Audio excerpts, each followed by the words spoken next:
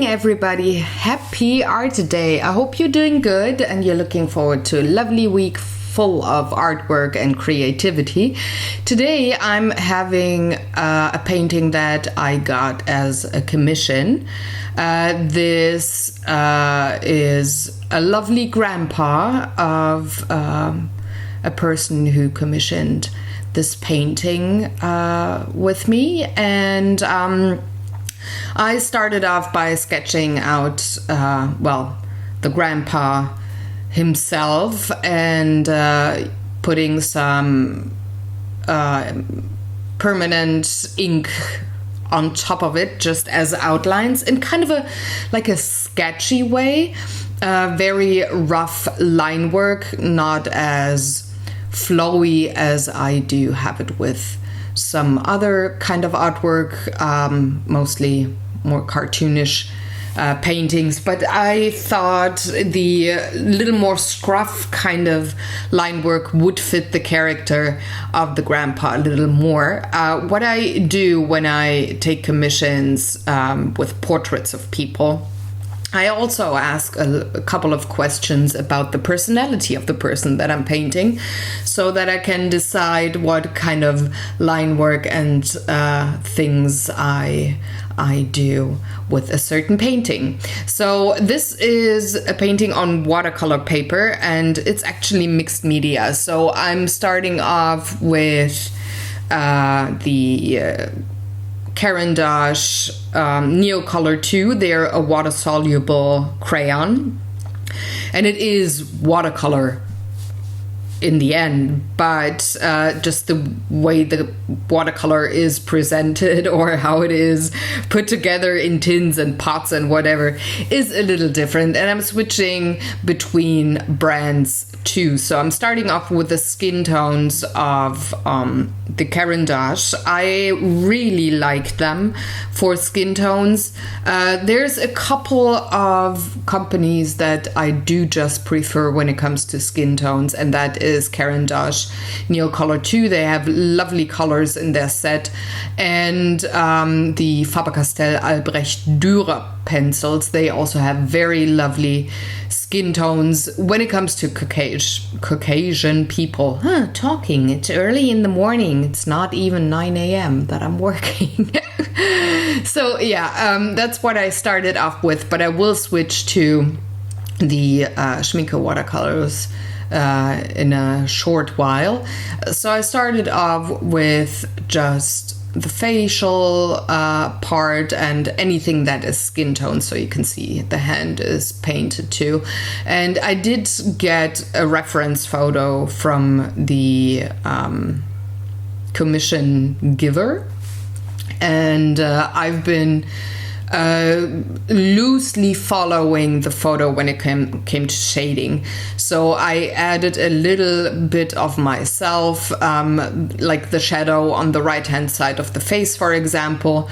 In the photo it was only shaded towards the bottom, but I thought that would be a little boring for the painting. I needed a little more of a contrast and a little more oomph, not to have the painting be too flat. So I decided to add a little shadow towards the right hand side. So once I had the skin and the hair in, I went on with the jacket. This photo has been taken, I think, in the early 90s maybe, just from the clothes, just guessing here, but I remember those kinds of jackets and these color combinations from when I was a kid, so I'm guessing 1993, 94 maybe, not really sure, but that's the era. So I did work with what I had on the reference photo. I also checked on the blue color that I wanted to use. I took the artistic license of changing up the shirt a tiny little bit. Actually, those stripes that I'm filling in were very thinly only colored with blue, but I made those stripes a little wider, added a little more color, just again to have more oomph and to balance out the painting itself. And once I had that down, I switched over to one of my favorite sets of watercolor, which is the Schminke Akademie watercolor set. I think this is the 36 color set. Not sure, I haven't counted, but it's definitely not the 12 color set, because that one is way smaller. I do have that in my stash as well. It was actually the first watercolor set that I bought from Schminke, and it's almost empty. So yeah, I got a bigger one after that. But I really love the Prussian blue from Schminke Akademie, so I switched over to that watercolor set. And with the indigo that I'm putting onto the palette right now, I just really love shading things with that indigo. It's a very lovely color, and I think that will be the first pot that's gonna be empty in this particular set. I just really use it a lot, and I love it a lot to shade blues and greens and also browns, sometimes even purples. But yeah, I went back and forth between the two colors, so the Prussian blue and the dark indigo of the Schminke Akademie set, just painting in everything that is the jacket, and again shading a little more heavily towards the right, since I established I wanted to have a little shadow there, a little more of a brilliant dark kind of color, and have the lighter spots towards the left hand side of Grandpa Fritz. That's what he was called. He passed away, I learned, a couple of years ago. So this painting was actually a gift from the person who, gave me that commission to somebody else. And I think it was the daughter of Grandpa Fritz who got that painting. And it's just, I think it's a lovely way to bring back memories from childhood and such, when you get a painting of somebody you loved a lot and, they passed on and you can't talk to them anymore. So yeah, I think it's a lovely, lovely gift to somebody. But yeah, moving on to the jacket, even darkening up those shadows more, adding contrast, just bringing life to the person. And then I let things dry for a bit and went on to the pans. I started off with Payne's Gray, and then shaded on top with black, just a tiny little bit. Being very careful not to have any of that black paint on my skin tones. So went around all of the things that are not supposed to be pants. So you can see here on the right hand side, I'm going a little more on the light part of the spectrum, so I'm adding a little more water to the paint, just to have kind of like a reflection on the jean fabric or denim or whatever those pants were. I couldn't really say from the photo, and did let that dry for a tiny bit, because I didn't want to have too much blooming going on. So I did let the paint dry in between, but I didn't use my blow dryer because I didn't want the paper to be too dry too. I just wanted it to be damp and not dry per se, if you know what I mean. The paint on top will just flow a little differently if it is put on damp paper versus dry paper, and you have a first layer down already. So I just waited and waited and waited and waited, and I could have cut that a little bit. Sorry about that, but well, there I am, back to working. So I went in with a second layer of the dark indigo with a smaller brush now, so I'm able to control the paint flow a little more. If you remember, the first layer I put down with a big brush, which was very juicy, very watery, lots of blooming going on, but I didn't want that for the second layer, so I switched to a water tank brush, which lets me control the paint flow a lot more. Now I'm just going around all the parts of the jacket that need a little more darkening up, putting in the darkest shadows. Again, not using any black on the jacket, just the indigo blue, layering that layer upon layer to darken up some of the parts and get a lovely contrast between those lighter bits where the sun or the light hits Grandpa Fritz's jacket and the parts where those folds in the jacket make for a very dark shadow there.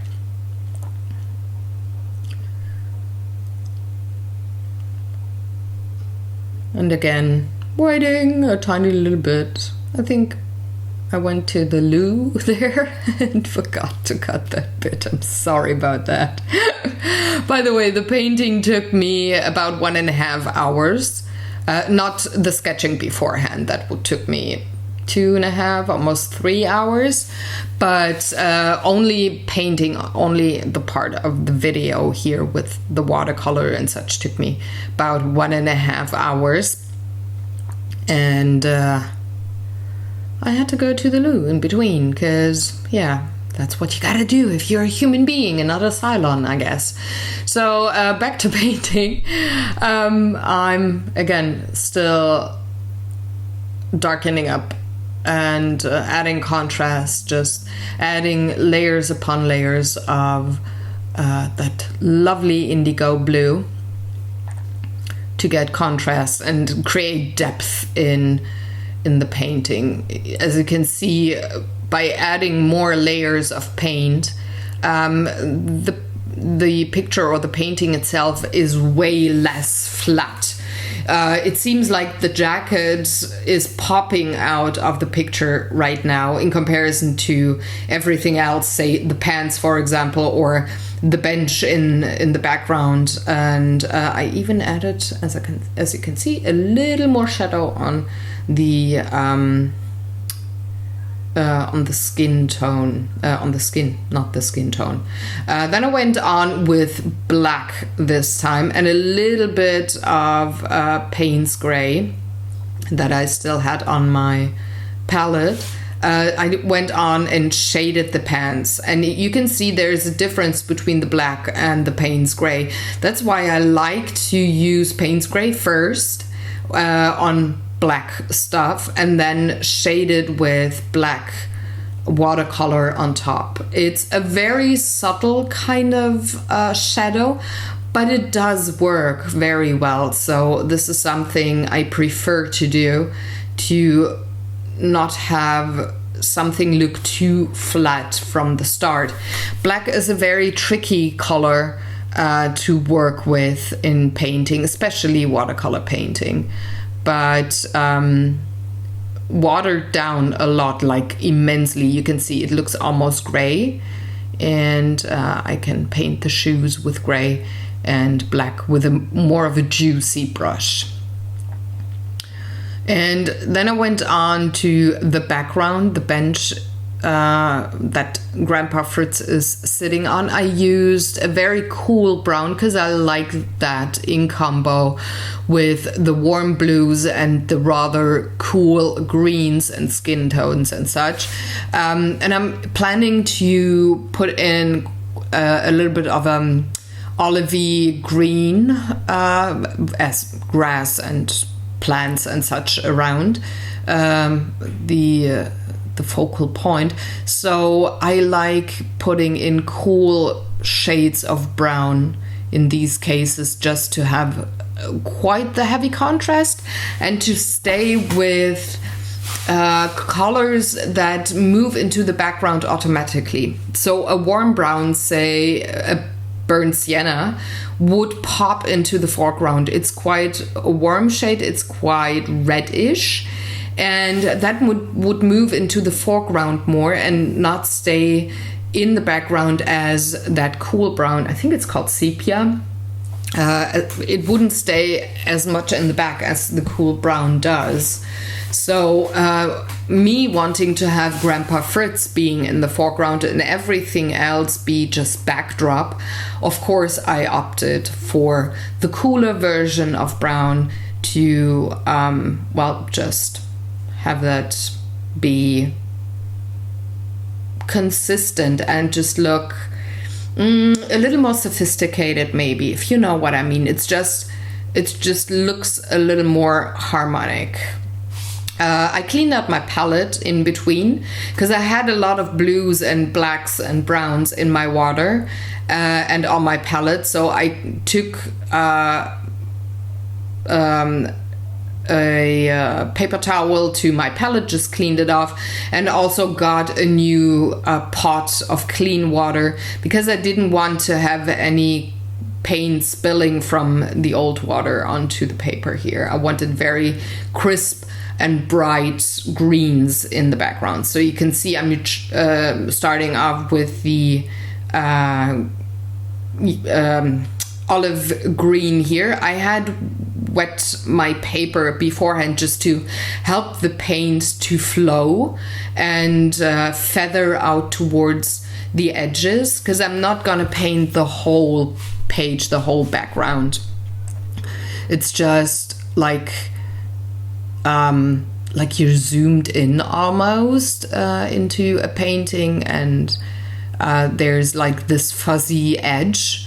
I don't know if you know that from like cartoons or something. So anime is